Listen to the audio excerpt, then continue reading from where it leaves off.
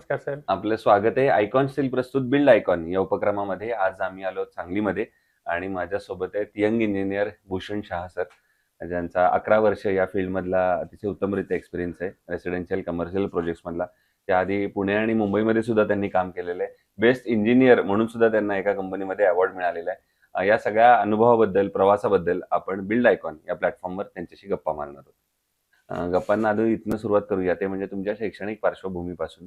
म्हणजे तुमची शाळा कुठली होती, तुमचं हो. कॉलेज कुठलं होतं आणि मग नंतर पुढं हा प्रवास कसा होता एकंदर, या सगळ्याबद्दल. आणि सगळ्यात महत्त्वाचं, सिव्हिल इंजिनिअरिंग या फील्डची गोडी किंवा आवड कुणामुळे लागली किंवा प्रेरणास्थान कोण या फील्डमध्ये येणार? सर माझं नाव भूषण शहा. प्रॉपर मी राहणार जयसिंगपूरचा. माझं प्राथमिक शिक्षण 5वी ते 10वी हे माझं मालवा हायस्कूल जे आहे, मालवा हायस्कूलला झालं जयसिंगपूरमध्ये. त्यानंतर मग मेन आपला जो टप्पा असतो करिअरचा तो असतो 10वी नंतर, की पुढे आपल्याला कुठे जायचं आहे. मग त्यानंतर मग 10वी नंतर मग घरी खूप डिस्कशन झालं, की पुढे कुठे जायचं काय जायचं. तर माझं एक ओपिनियन होतं, की मला कन्स्ट्रक्शन फील्डमध्येच जायचं आहे पुढे आणि इंजिनिअरिंग करायचं आहे म्हणून. घरच्यांचा तसा काही दबाव नव्हता, पण तरी पण मला त्यामध्ये इंटरेस्ट होता आणि पुढे जाऊन मला स्वतःचं काहीतरी बिझनेस करायची इच्छा आहे. त्या हिशोबाने मी सिव्हिल फील्ड ही निवडलेली आहे. मग त्यासाठी मी माझं डिप्लोमा एज्युकेशन डॉक्टर जे मगदूम पॉलिटेक्निक जयसिंगपूर इथे पूर्ण केलं. त्यानंतर diploma me distinction with distinction complete केलं आणि त्यानंतर कॅप थ्रू मला मुंबईला MGM college of engineering and technology Navi Mumbai इथे मला ॲडमिशन मिळालं. हां. त्यानंतर मी 2010 ते 2013 ह्या कालावधीमध्ये माझं डिग्री एज्युकेशन पूर्ण केलं मुंबई युनिव्हर्सिटीमधून. Very good. हो. आणि त्यानंतर मग इनिशियल स्टेजला मुंबईमध्येच मी कॉन्ट्रॅक्टरकडे 3 वर्ष काम केलं. त्यानंतर मग सापोर्टची कॉलेजमध्ये व्हेकन्सी निघाल्या होत्या, इंटरव्ह्यूज, वॉकिंग इंटरव्ह्यूज. मग त्यामध्ये मी इंटरव्ह्यू क्रॅक करून मग सापोर्टची कॉलेजमध्ये जॉइन झालो आणि तिथे मी 3 वर्ष काम केले सापोर्टची कॉलेजमध्ये. त्यांचा जो प्रोजेक्ट होता पुण्यामध्ये होता चाकणला, ब्रिस्टोन इंडिया प्रायव्हेट लिमिटेड म्हणून, आणि एक रेसिडेन्शियल प्रोजेक्ट होता. तिथे मी ते 2 प्रोजेक्ट पूर्ण केले. त्यानंतर मला एक नवीन संधी मिळाली, JLL म्हणून MNC कंपनी आहे मुंबईला. तिथून मी as a project assistant project manager म्हणून मुंबईला जॉइन झालो JLL मध्ये. क्या बात आहे. तो हा एक अनुभव फार मोठा आहे, की जसं तुम्हाला आधी शिक्षणापासूनच आधी खरं तर मुंबईची दारं तुमच्यासाठी ओपन हो. झाली आणि त्याच्यानंतर तुम्ही तिकडं एक्सपिरियन्स सुद्धा घेतला. त्याच्यानंतर सगळ्यात महत्त्वाचा प्रवास आहे तो म्हणजे तुम्ही पुन्हा जेव्हा सांगलीमध्ये परतलात आणि जो स्वतः इंडिपेंडंट पहिला प्रोजेक्ट केलात, तर त्याची एक आठवण आपल्या फार जवळची असते. कारण तेव्हा बरोबर. सगळी जबाबदारी आपल्यावर नक्की, असते. नक्की. तर त्या प्रोजेक्टच्या बद्दल तुमच्याकडनं ऐकायचं आहे. तो कसा मिळाला? कोणाच्या रेफरन्सनं मिळाला? तो कसा पूर्ण झाला? तेव्हा काही दडपण होतं का त्या प्रोजेक्टबद्दल? सर मी जेव्हा सांगलीत आलो, तेव्हा माझा एक क्लासमेट होता सौरभ कुलकर्णी म्हणून. हं. तो स्वतः बिल्डर आहे. म्हणजे त्याचे पारंपरिक त्याच्या पप्पांच्यापासून तो बिझनेस आहे. मग त्याच्या ओळखी थ्रू सांगलीमध्ये के शाह कन्स्ट्रक्शन म्हणून एक फर्म आहे. मग त्यांच्याकडे व्हेकन्सी होती. त्यांचा एक नवीन प्रोजेक्ट होता विजयनगरला, के शाह कन्स्ट्रक्शनचा, चंद्रलोक हाईट्स म्हणून. मग त्याच्यासाठी ते इंजिनिअर बघत होते. मग माझ्या मित्रा थ्रू, त्याचा तो फ्रेंडच आहे. त्यामुळे त्यांच्या थ्रू मला इंटरव्ह्यूसाठी कॉल आला. मग तो इंटरव्ह्यूला गेलो. तिथे मग माझा पूर्ण एक्सपिरियन्स त्यांनी बघितला आणि त्या हिशोबाने मला तो जॉब मिळाला. मग तिथे त्यांचा जो टोटल ग्राउंड प्लस 7 फ्लोअरची बिल्डिंग होती. जवळपास 50 फ्लॅट्स होते त्याच्यामध्ये. ती मी single handedly top to bottom पूर्ण केली. वाह! पण तेव्हा मग काही दडपण होतं, भीती होती का? पहिला सर एक्सपिरियन्स दडपण तर काहीच नव्हतं, कारण की मी ह्याच्यापेक्षा मोठे प्रोजेक्ट मी पुण्या केलेले मुंबईला आहेत. करून आलेलो. बरोबर. पण एक माझ्याकडे एक जिद्द होती, की नाही मला single handedly top to bottom finish करायचे आहे. हं. जेणेकरून मला पुढे जाऊन मी स्वतःचा पण माझा बिझनेस करू शकेन आणि पूर्ण आता, आणि जे लोकांचं ड्रीम असते, की माझं स्वतःचं घर व्हावं, चांगलं व्हावं. तर माझ्यामध्ये एक हे आहे, की बाबा ते लोकांचं जे स्वप्न आहे ते मला पूर्ण करायचं आणि त्यांच्या डोळ्यामध्ये किंवा फेसवर मला तो आनंद बघायचा आहे, किंवा आपण ते पूर्ण करून दिल्यावर त्यांच्या फेसवर जो आनंद येतो ना, तो माझ्यासाठी खूप सॅटिस्फॅक्शन मला देतो तो. क्या बात है! क्या बात है! तर खरंच तो आनंद फार महत्त्वाचा आहे. कारण महत्वाचा माणूस आहे. आणि अजूनही मी जेव्हा त्या बिल्डिंगमध्ये जातो, त्यातला प्रत्येक कस्टमर मला नावाने ओळखतात आणि अजूनही ते माझे नाव करतात. तसं तुम्ही मला एकदम जे आमचं जे एक्स्ट्रा वर्क्स होते, जे काम होतं ते अत्यंत चांगल्या पद्धतीने करून दिलेलं आहे. त्यामुळे अजून गेले की ते मला असं घरी बोलवतात, "सर या" म्हणून. एक इंजिनिअर म्हणून तो आनंद फार हो. वेगळा असतो, की जो एक माणूस सॅटिस्फॅक्शन देतं सर, की तेच आयुष्यामध्ये कमवायचं आहे. बरोबर, बरोबर. आणि तेच सगळ्यात महत्त्वाचं आहे. जे महत्वाचं पैशाने आहे. पण जो आनंद मिळणार नाही, तो असं लोकांच्या शब्दामध्ये मिळतो. नक्की. आपण जे काम करतो त्याचं जे सॅटिस्फॅक्शन जे आहे ना, किंवा जे रिवॉर्ड आहे, तो जो समोर कस्टमरकडून मिळतो ना, तोच खूप महत्वाचा आहे सर. क्या बात है! आता येऊया काही तांत्रिक प्रश्नांकडे. त्यातला हां. पहिला प्रश्न आहे, तुम्ही जसं मी सुरुवातीला म्हटलं तसं पुण्या मुंबईत पण काम केलंय आणि आता एकदम सांगलीत पण काम करता. या भागात कदाचित तुम्हाला अकुशल कामगार किंवा अनस्किल्ड लेबरचं पर्सेंटेज जास्त जास्त आहे बघितलं सर, असेल तुम्ही. नक्कीच. तर आणि अशा अकुशल कामगारांबरोबर काम करणं बऱ्याचदा धोकादायक सुद्धा ठरू शकतं. खूप. तर ती परिस्थिती कशी हाताळता तुम्ही साईटवर आणि तुमचा अनुभव काय आहे? सर आम्ही काय करतो, की जे अकुशल कामगार आहेत, त्याच्याकडून काम करणं 100% धोकादायकच आहे. कारण की आपल्या पूर्ण बिल्डिंगचं जे स्ट्रक्चर आहे, तो म्हणजे थोडक्यात आपण कसं म्हणतो, की आपला बोन्स जे आहे, तो मेन हं. आपलं स्केलेटन असतं. तसं बिल्डिंगचं जे स्ट्रक्चर आहे, ते खूप इम्पोर्टंट असतं. त्याच्यावर त्याची लाईफ डिपेंडंट असते. त्यामुळे जेव्हा आपल्या साईडच्या जे कामगार आहेत, ते तेवढे स्किल नसतात किंवा त्यांना तेवढं ट्रेनिंग मिळालेलं नसतं. त्यामुळे आम्ही त्या केसमध्ये काय करतो, की त्यांना सांगतो आम्ही, किंवा जे तुम्ही काम करताय, ते कोणत्या पद्धतीने करायचं आहे, कसं करायचं आहे. त्यामध्ये कोणत्या गोष्टीची तुम्हाला जास्त काळजी घ्यायची आहे किंवा तुम्हाला कोणती गोष्ट कळत असेल तर तुम्ही विचारा, मी तुम्हाला गाईड करेन. किंवा त्या केसमध्ये कोणतं काम असेल तर आम्ही उभारून स्वतः करून घेतो ती गोष्ट, हं, हं, हं, की ह्या पद्धतीने मला करायचं आहे. काय अडचण असेल सांगा, कसं करायचं आम्ही तुम्हाला सांगू. हं. कोणतं पण मटेरियल ते किती घ्यायचं आहे, किती प्रपोर्शन मध्ये घ्यायचं आहे. त्या सगळ्या गोष्टी आम्ही ट्रेनिंग देतो, गाईड करतो आणि स्वतः उभारून करून घेतो त्यांच्याकडून सर. बरोबर आहे. जसा हा एक कामगारांचा मुद्दा आहे, तसं तुम्ही या क्षेत्रामध्ये तंत्रज्ञान सुद्धा बदलताना बघितलं हो असेल. सर, नक्कीच. तर आता तंत्रज्ञानाची रोजच्या आयुष्यात कशी तुम्हाला मदत होते? एक सॉफ्टवेअर साइडनं पण आणि मशिनरी साइडनं पण? नक्कीच सर. जर मशिनरी साईजने पकडलं सर, तर त्यामध्ये खूपच मदत होते. त्यामध्ये तसं बघायला गेलं तर पहिला जे काँक्रीट आपण करायचो, ते मिक्सरने करायचो. हं, पण आता आर-एम-सी आलेला आहे. तर त्या केसमध्ये त्याचे फायदे म्हणलात तर तुमची क्वालिटी कंट्रोल मेंटेन होते. वॉटर सिमेंट रेशो मेंटेन होतो आणि आता सगळे आपल्या सांगली जिल्ह्यामध्ये आता मोठे-मोठे प्रोजेक्ट व्हायला चालू झालेले आहेत. पहिला जे आहे ती बाबा 3 फ्लोर, 4 फ्लोरच्या बिल्डिंग होत होत्या.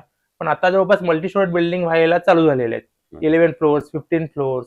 तर त्या हं, केसमध्ये आपला जो प्रोजेक्ट आहे तो कमी वेळामध्ये पूर्ण करणं आपल्याला त्यामध्ये यशस्वीरित्या पूर्ण करू शकतो हं. आणि विथ क्वालिटी करू शकतो आपण ते. बरोबर. आणि जे टेक्नॉलॉजी पॉईंट ऑफ व्ह्यू म्हटला तर आता नवीन-नवीन टेक्नॉलॉजी आली, की जेणेकरून आपण आपला जो प्रोजेक्ट आहे तो ट्रॅक करू शकतो. आपला जो प्रोजेक्टचा बार चार्ट आहे, तो आपण जो ठरवतो, की बाबा प्रत्येक ॲक्टिव्हिटी किती वेळामध्ये व्हायला पाहिजे. त्या प्रत्येक ॲक्टिव्हिटी आपण त्या सॉफ्टवेअर थ्रू ट्रॅक करू शकतो. तो ॲक्टिव्हिटी ॲज पर टाईमलाईन चालू आहे की नाही, किती लेट आहे, आपल्याला कसं कव्हर अप करायचं आहे, ह्या गोष्टी आपल्याला त्यातून खूप गाईड करतात सर आपल्याला. बरोबर. आणि दुसरा एक प्रश्न आहे असा, की तुम्ही आता या भागात काम करता, तर याच्यामध्ये एक इंजिनिअर म्हणून तुम्हाला कायमच वाटत असतं, की आपण दर्जेदार घर खरं प्रत्येक नक्की. बांधावं आणि पण कस्टमरचं बजेट लिमिटेड असतं आणि जेव्हा बरोबर, कस्टमर म्हणत असतो, एवढ्याच बजेटमध्ये आता हे सगळं करून द्या. बरोबर. तर अशा वेळेला बजेट आणि क्वालिटी या दोन्हीचा समतोल मग तुम्ही कसा साधता? सर ह्या केसमध्ये आम्ही काय करतो, की कस्टमरचे बेसिक रिक्वायरमेंट घेतो आम्ही, की तुमचं बजेट किती आहे आणि तुम्हाला बेसिक रिक्वायरमेंट काय आहे. मग त्या हिशोबाने आम्ही काय करतो, की मग त्याचं बायफर्केशन करतो, की मेन आपलं बिल्डिंग आहे त्यामध्ये मेन स्ट्रक्चर येतं, की आर-सी-सी स्ट्रक्चर आणि दुसरा पार्ट येतो फिनिशिंग स्ट्रक्चर. मग त्यामध्ये आम्ही त्यांना क्लिअरली सांगतो, की तुम्ही जे आहे ते बिल्डिंगचं जे मेन लाईफ आहे ते तुमच्या आर-सी-सी स्ट्रक्चरवर डिपेंड आहे. मग त्यामुळे तुम्ही कोणती क्वालिटी कॉम्प्रोमाइज करू नका. हं, मग त्यामुळे ते ॲज पर क्वालिटी आम्ही ते एक्झिक्यूट करतो आणि जो फिनिशिंग पार्ट आहे, फॉर एक्झाम्पल टाइल्स आहेत, ग्रॅनाइट आहे, आतले जे बाथरूम मधले आपले सीपी फिटिंग्स आहेत, सॅनिटरी वेअर आहे, त्या कशा आहेत की त्या तुम्हाला ब्रँडनुसार त्याची कॉस्टिंग आहेत. तीच गोष्ट तुम्हाला मीडियम रेंजमध्ये समजा 1000ला मिळत असेल तर तीच गोष्ट तुम्हाला ब्रँडमध्ये 10,000ला मिळते. पण ते तुम्ही तुमच्या बजेटनुसार किंवा आपल्या ह्याच्यानुसार आपण त्यामध्ये तुम्ही मीडियम रेंजमध्ये जाऊन त्यामध्ये तुम्ही ते कॉस्ट कंट्रोल करू शकता. करू शकतो. असं बरोबर. अशा पद्धतीने आम्ही त्यांना गाईड करतो. बरोबर आहे. पुढचा प्रश्न या सगळ्यापेक्षा जरा वेगळा आहे. तो म्हणजे तुम्ही जसं मी परत सुरुवातीला तोच रेफरन्स देतो. पुणे, मुंबई पण बघितलेलं आहे. मोठ्या प्रोजेक्ट्सवर पण काम केलंय. आता सांगलीत इंडिपेंडेंटली काम करताय. मूळचे इथले आहात आणि यंग आहात. अशा सगळ्या डायमेन्शनमधनं हा प्रश्न आहे. ते म्हणजे सांगली जिल्ह्याच्या विकासाचं व्हिजन असं जर एक इंजिनिअर म्हणून तुम्हाला विचारलं, तर तुमच्या डोळ्यासमोर कुठले मुद्दे येतात, ज्या मुद्द्यांवर किंवा ज्या क्षेत्रांवर आता काम झालं पाहिजे, सेक्टरवर काम झालं पाहिजे, जर आपल्याला सांगलीचा सर्वांगीण विकास येणाऱ्या 10-15 वर्षात करायचा असेल, तर असे कुठले मुद्दे आहेत किंवा कुठले सेक्टर्स आहेत ज्याच्यावर काम झालं पाहिजे? सर आता तसं ह्या गेल्या काही वर्षांमध्ये तसं बघायला तर गाडगे साहेबांनी पण काही सेक्टर भरपूर मग त्यामध्ये इम्प्रूव्हमेंट केले. फॉर एक्झाम्पल जे आपले रोड्स आहेत म्हणा. आता रोड्स बऱ्यापैकी त्यांनी इम्प्रूव्हमेंट केलेले आहेत. तसेच बाकीचे सेक्टर्स आहेत. फॉर एक्झाम्पल आरोग्य सेक्टर म्हणा. हं, एक गव्हर्नमेंटचं एक चांगलं मोठं हॉस्पिटल असणं मला वाटतं की गरजेचं आहे. आता जे बरोबर. आपले गव्हर्नमेंट हॉस्पिटलची जी कंडिशन आहे, ती तेवढी चांगली नाही आहे, की जेणेकरून प्रत्येक जो माणूस आहे तो प्रायव्हेटकडे जातोय. पण प्रत्येक प्रायव्हेट माणसाला प्रायव्हेट हॉस्पिटलचं जे एक्सपेन्सेस आहेत ते अफोर्ड नाही होऊ शकत. हं, हं. तर माझी एक इच्छा आहे, की बाबा एक गव्हर्नमेंट हॉस्पिटल व्हावं. त्यामध्ये जेणेकरून मिडल क्लास माणसाला पण ते अफोर्ड होईल आणि तो त्याच्या health point of view free राहू शकेल. बरोबर. पण मग शासनाकडनं काय अपेक्षा आहेत? असं जर एक चांगलं सरकारी रुग्णालय, कारण मिरजेसारखा आपल्याकडे मेडिकल हब मोठा आहे. बरोबर. प्रायव्हेट हॉस्पिटलसाठी लोक महाराष्ट्रातनं किंवा भारतातनं इथं येतात. इथे. पण एक चांगलं शासकीय रुग्णालय, जर एक सिव्हिल इंजिनियर म्हणून तुम्हाला वाटतंय असं, तर त्याच्यासाठी मग शासनानं काय पावलं उचलली पाहिजेत असं सर तुम्हाला वाटतं? आता जसे जसे टेंडर निघतात ह्यांचे की रोडचे म्हणायचे त्या हिशोबाने हॉस्पिटलचं पण एक टेंडर निघालं पाहिजे हं. की जेणेकरून त्या त्या एरियामध्ये ते हॉस्पिटल झालं तर त्या आजूबाजूच्या एरियामध्ये आणि तो एरिया सोडून आजूबाजूचे जे आपले छोटे खेडेगाव आहेत त्यांना पण त्याचा लाभ घेता येईल लाभ सर. मिळाला. बरोबर आहे. दुसरं, या क्षेत्रामध्ये तुमच्यासारखे आता जे तरुण इंजिनियर्स येत आहेत, तर त्यांना एक मित्र म्हणून तुम्ही काय सल्ला द्याल या फील्डमध्ये येण्यापूर्वी? सर मी माझी कळकळीची विनंती आहे माझ्या सगळ्या मित्रांना की तुम्ही सिव्हिल फील्ड निवडले आहे तर त्याला आपण आपलं स्वतःचं घर कसं आपण एकदम मन लावून कोणतीही गोष्ट एकदम क्वालिटीने वेस्टेज न करता आणि कमी बजेटमध्ये करतो तसंच आपण दुसऱ्यांचं घरी करताना त्या गोष्टी सगळ्या लक्षात घ्याव्यात जेणेकरून त्यांचं स्वप्न पूर्ण होईल आणि त्यामध्येच आपल्याला आणि त्यामध्येच तो आपला आनंद आहे या भाग आणि सॅटिस्फॅक्शन आहे त्याच्यामध्येच आपलं. वा वा. दुसरं, या फील्डमध्ये आता तुम्ही इतके प्रोजेक्ट केल्यानंतर एखादा आयकॉनिक प्रोजेक्ट असा सांगता येईल का, की जो प्रोजेक्ट करताना एक वेगळा आनंद, समाधान होतं? तर त्या प्रोजेक्ट बद्दल तुमच्याकडे सर तो आयकॉनिक प्रोजेक्ट म्हणला तर मी आता सध्या प्रणव बिल्डकॉनचा जो करतोय तो डॅफोडिल्स प्रोजेक्ट विश्रामबाग. तिथे बेसमेंट फ्लोर, ग्राउंड फ्लोर आणि प्लस 7 फ्लोर्स अशी बिल्डिंग आहे. त्यामध्ये टोटल 112 फ्लॅट्स आहेत सर. वा. हा. बरोबर. आणि ते बिल्डिंगचं पूर्ण काम मी बघतो.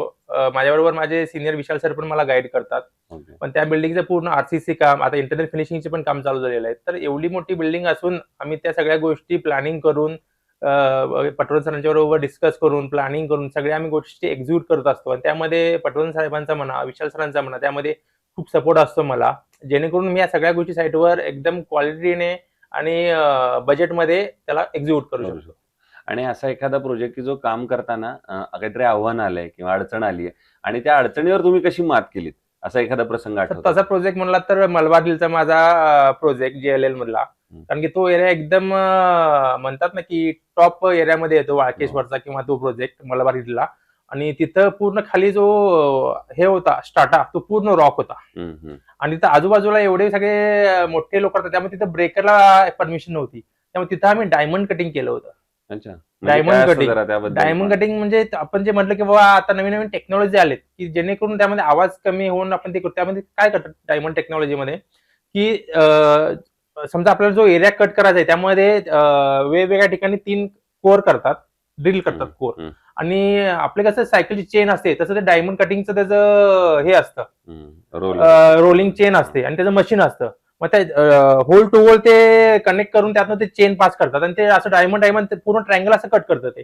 ट्रायंगल साईडने आणि बॉटमने. नंतर मग तो फक्त तेवढा पोर्शन आहे तो आपण नंतर ब्रेक करतो. सो ते करताना थोडं एक वेगळं आव्हान खूप होतं. खूप म्हणजे तसं बघायला तर आपल्या एरियामध्ये मी तो एकदम चॅलेंजिंग प्रोजेक्ट होता सर. बरोबर बरोबर. आणि दुसरं, आता कन्स्ट्रक्शन मध्ये जेव्हा स्टील निवडायची वेळ येते तेव्हा तुम्ही काय पॅरामीटर्स त्याचे बघता किंवा काय गुणवैशिष्ट्य बघता आणि मग ठरवता की हे स्टील चांगलं आहे, हे वापरलं सर पाहिजे? स्टीलची मेन जर हे बघितली पॅरामीटर्स त्यामध्ये मेन पॅरामीटर आहे त्याची टेन्साईल स्ट्रेंथ जी आपण building point of view ensure करतो. कारण की टेन्साईल स्ट्रेंथ जी आहे ती खूप महत्वाची असते स्टीलच्या बाबत. त्यामुळे आम्ही टेन्साईल स्ट्रेंथ म्हणा, जी डक्टिलिटी म्हणा, त्याची कोरुगेशन्स म्हणा, या सगळ्या गोष्टी आम्ही पहिला एन्श्युअर करतो आणि मगच त्याची निवड करतो. बरोबर आहे. आणि आयकॉन स्टील तुम्ही यापूर्वी कधी कुठल्या प्रोजेक्टवर हो सर, वापरलाय? सेम डॅफोडिल्सला पण आम्ही आयकॉन स्टील वापरतोय आणि तसेच आमचा अजून एक प्रोजेक्ट चालू आहे मिरजेला अर्बन नेस्ट म्हणून. तिथे पण आपण आयकॉन स्टील वापरतोय सर. आणि आयकॉन स्टीलचं पण सेम सगळे पॅरामीटर्स आम्ही चेक केलेले आहेत. सगळे एकदम पूर्ण त्याचे जे पॅरामीटर्स आहे जे ऍज पर IS कोड लागतात आपल्याला व्हॅल्यू त्या पूर्ण त्याच्या सॅटिस्फाय करतात. आणि ऍज कम्पेअर टू बाकीचे जे ब्रँड्स आहेत पोलाद म्हणा, कलिका, त्याचे रेट्स पण त्याच्याप्रमाणे ते रिझनेबल आहेत. त्यामुळे आम्ही आयकॉन स्टील आम्ही सगळ्यांना सांगू की तुम्ही नक्की एकदा वापरून बघा आणि प्रिफर करेन की तुम्ही एकदा नक्की तुमच्या प्रोजेक्टसाठी वापरून बघा सर. त्यामध्ये हे होते इंजिनियर भूषण शहा सर. आणि जसं त्यांनी त्यांच्या अनुभवाबद्दल सांगितलं, पण सगळ्यात एक महत्वाचं म्हणजे जे मित्र या फील्डमध्ये येतात तर त्याप्रमाणे की जसं क्रिएटिव्ह फील्ड आहे ज्याच्यामध्ये कायम नवीन नवीन तुम्हाला क्रिएटिव्हिटी करायला पाहिजे. आणि सगळ्यात महत्वाचं म्हणजे स्वतःचं घर असल्यासारखं प्रत्येक घर बांधा. अर्थातच त्याचा अर्थ असा होता की तेवढ्या काळजीनं बांधा, तेवढ्या आपुलकीनं बांधा आणि नक्की नवीन नवीन ग्राहक तुम्ही या माध्यमातून जोडू शकता. पुन्हा एकदा आपले मनापासून आभार की तुम्ही या प्लॅटफॉर्मवर आलात आणि भविष्यात सुद्धा असेच आयकॉनिक प्रोजेक्ट तुमच्या हातून घडावेत याच आयकॉन स्टील तर्फे मनपूर्वक शुभेच्छा. थँक्यू.